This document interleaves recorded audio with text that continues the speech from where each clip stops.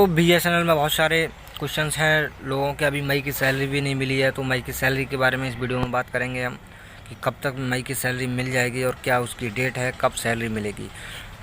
1 महीना लेट चल रही है सैलरी इसकी, और अभी देखो मई की सैलरी नहीं मिली है। अप्रैल की सैलरी केवल पे की गई है रेगुलर एम्प्लॉय की, और कॉन्ट्रैक्ट वर्कर की बात करें तो उनकी तो 1-1.5 साल से सैलरी दी नहीं गई है बिल्कुल ही। और दोस्तों बीआरएस के सेकंड इंस्टॉलमेंट की भी बात करेंगे, तो चलिए सबसे पहले वीडियो को शुरू करते हैं। तो दोस्तों सबसे पहले जान लेते हैं हम कुछ 4G के बारे में न्यूज़। तो दोस्तों जैसा कि आपको पता होगा, अगर आप मेरे रेगुलर व्यूअर हैं तो वीडियो के, तो दोस्तों मैं आपके लिए बता दूं कि अभी बीएसएनएल का जो टेंडर हुआ था चाइना से 2300 करोड़ रुपए इसमें पास भी हो गया था, रिलीज़ कर दिया गया था, सब कुछ हो गया था। जेटी और नोकिया से सामान ख़रीदा जाना था, उसको भी कैंसिल कर दिया गया है। और दोस्तों अगर हम बात करें शुरू से 4G की क्या सिचुएशन है, तो दोस्तों 9000 करोड़ रुपए का ठेका हुआ था, टेंडर हुआ था, लेकिन उसमें से फिर से रोक लगा दी गई थी। एक कंपनी ने रोक लगा दी थी कि जो बीएसएनएल है वो चाइनीज़ यानी अदर कंपनियों से जो कि विदेशी कंपनियां हैं माल ख़रीद रही है, 4G के इंस्ट्रूमेंट ख़रीद रही है, तो उस पर रोक लगा दी थी। और उसके लिए डिपार्टमेंट ऑफ टेलीकम्युनिकेशन के लिए एक नोटिस भी भेजा था कि ये कंपनी जो है बाहर से माल ख़रीद रही है, ये सही नहीं है, ये इंडिया की इकॉनमी पर काफ़ी ज़्यादा इफ़ेक्ट डालेगी। तो दोस्तों जो है बीएसएनएल का उस झंझट की वजह से टेंडर रुक गया था, लेकिन फिर से 2300 करोड़ रुपए रिलीज़ करके वो टेंडर हो गया। लेकिन अभी फ़िलहाल जो कोरोना वायरस को देखते हुए देश की सिचुएशन जो है, और उसी का फ़ायदा उठाते हुए चाइनीज़ आर्मी ने, दोस्तों आपके लिए बता दूं, चाइनीज़ आर्मी इंडिया के तरफ बढ़ रही थी, अब जो है फ़िलहाल पीछे हट गई है। अब इंडिया की तरफ बढ़ रही थी, 1 किलोमीटर इंडिया की तरफ आ गई थी।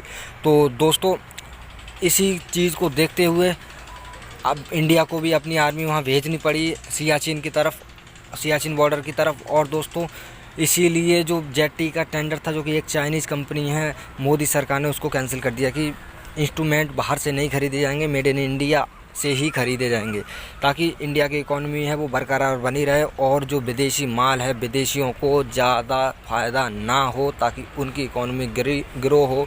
वैसे ही हमारी जो इकॉनमी है इंडिया की, लॉकडाउन की वजह से 3-4 महीने लॉकडाउन चला है, तो काफ़ी ज़्यादा लो हो गई है, काफ़ी ज़्यादा गिर गई है। ऊपर से जो राहत पैकेज दिया गया है 20 लाख करोड़ रुपए का, और टैक्स बिल्कुल आया नहीं, तो काफ़ी ज़्यादा इकॉनमी पर फ़र्क पड़ा है। तो दोस्तों अभी के लिए मैं बता दूं कि जो 4G की न्यूज़ है, 4G का जो टेंडर है उसको कैंसिल कर दिया गया था, लेकिन फिर से जो 25 मई से और 24 जून तक आवेदन फॉर्म मांगे हैं, एप्लीकेशन फॉर्म मांगे हैं। और जो टेंडर उठाना चाहते हैं वो इस फॉर्म को फिल कर देना ज़रूर, जाके बीएसएनएल की वेबसाइट पर अवेलेबल है। तो आपको ये फॉर्म जाके फिल करना है, और ये फॉर्म फिल करने के बाद ही आपका जो है टेंडर सुनिश्चित किया जाएगा कि दिया जाना है आपको टेंडर या नहीं दिया जाना है।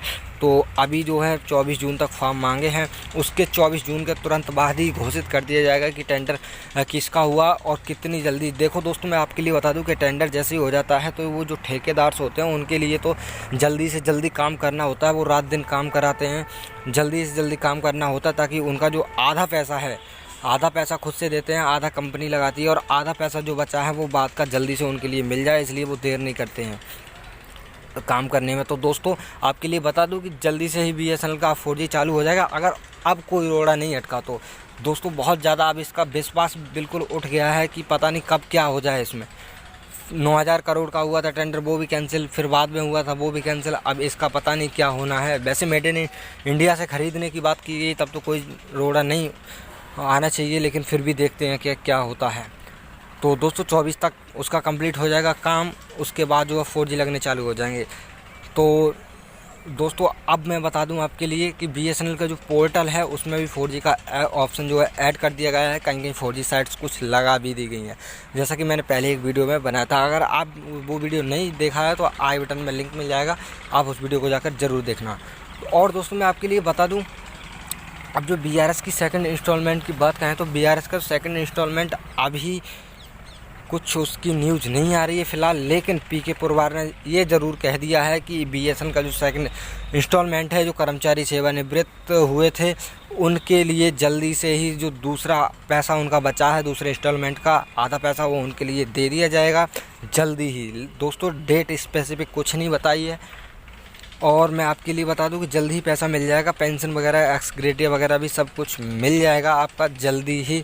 लेकिन जल्दी ही, पता नहीं कितने जल्दी, लेकिन दोस्तों ये जल्दी मिलने के आसार हैं, क्योंकि आपको पता होगा 24 जून से 25 जून से लॉकडाउन बिल्कुल अनलॉक किया जा रहा है, लॉकडाउन हटा दिया जा रहा है। बिल्कुल पूरे देश में कोई लॉकडाउन नहीं रहेगा, क्योंकि जो कोविड-19 की जो वैक्सीन है वो बना ली गई है। रिकवरिंग रेट बढ़ गई है, इसलिए इंडिया थोड़ा चिंता से उभर गया है कि अब जो है हम लोग रिकवर तो एटलीस्ट कर ही सकते हैं, अगर हो भी जाता है कोरोना किसी को तो दोस्तों ये काफ़ी ज़्यादा अच्छी न्यूज़ निकल के आ रही है कि आपका जो सेकंड इंस्टॉलमेंट है वो भी जल्दी ही दे दिया जाएगा।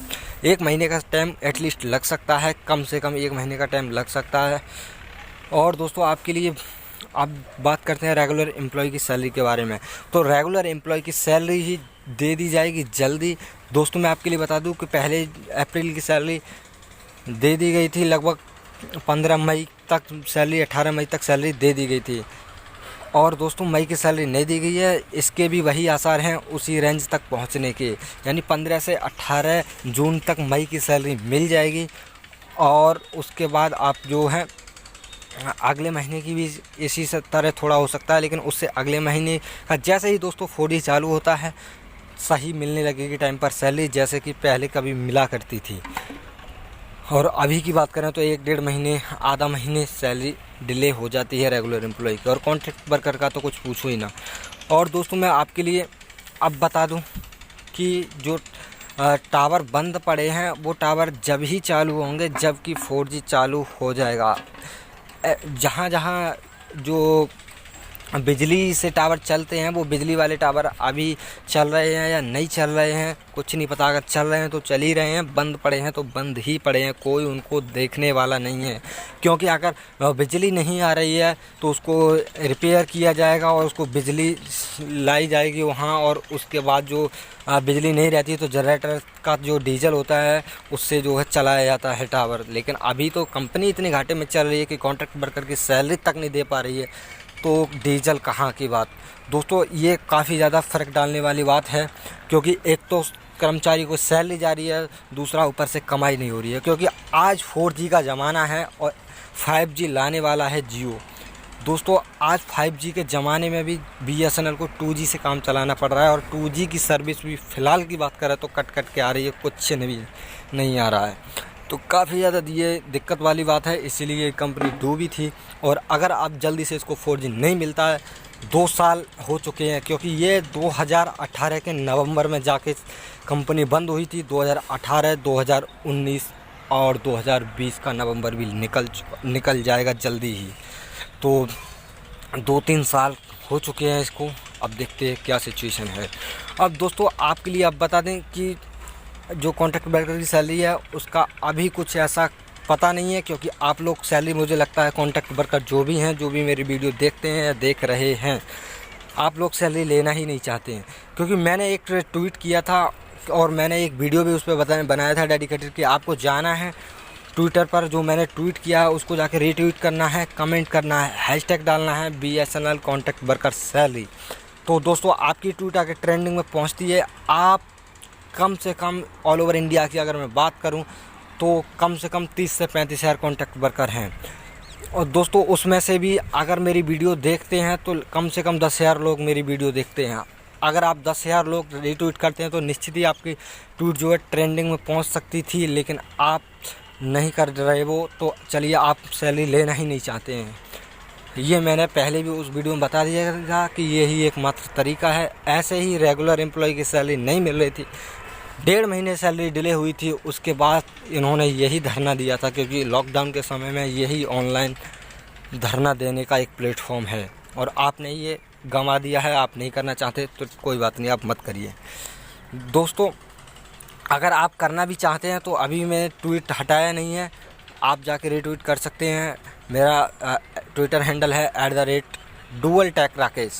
जाके आप उसको जाके रीट्वीट कर सकते हैं ट्वीट को और कमेंट कर सकते हैं। तो दोस्तों ये थी आज की कुछ खास जानकारी, जिसमें कि लगभग मैंने सब कुछ कवर कर लिया है, और जैसे ही कोई न्यूज़ मुझे मिलती है वैसे ही मैं वीडियो बनाने की कोशिश करूंगा। तो मेरे चैनल को सब्सक्राइब कर लेना और बेल आइकन को ज़रूर प्रेस कर लेना, ताकि आप तक सारे नोटिफिकेशन पहुंच सके BSNL से और MTNL से रिलेटेड। दोस्तों वीडियो को शेयर ज़रूर करना अपने साथी एम्प्लॉय के साथ, ताकि उनको भी पता चल सके कि क्या सिचुएशन है, कब सैलरी मिलेगी, और भी बहुत सारी जानकारी। तो चलिए दोस्तों, वीडियो को लाइक करते जाइएगा। मिलते हैं एक नई वीडियो में, तब तक के लिए अपना ख्याल रखिए। बाय दोस्तों।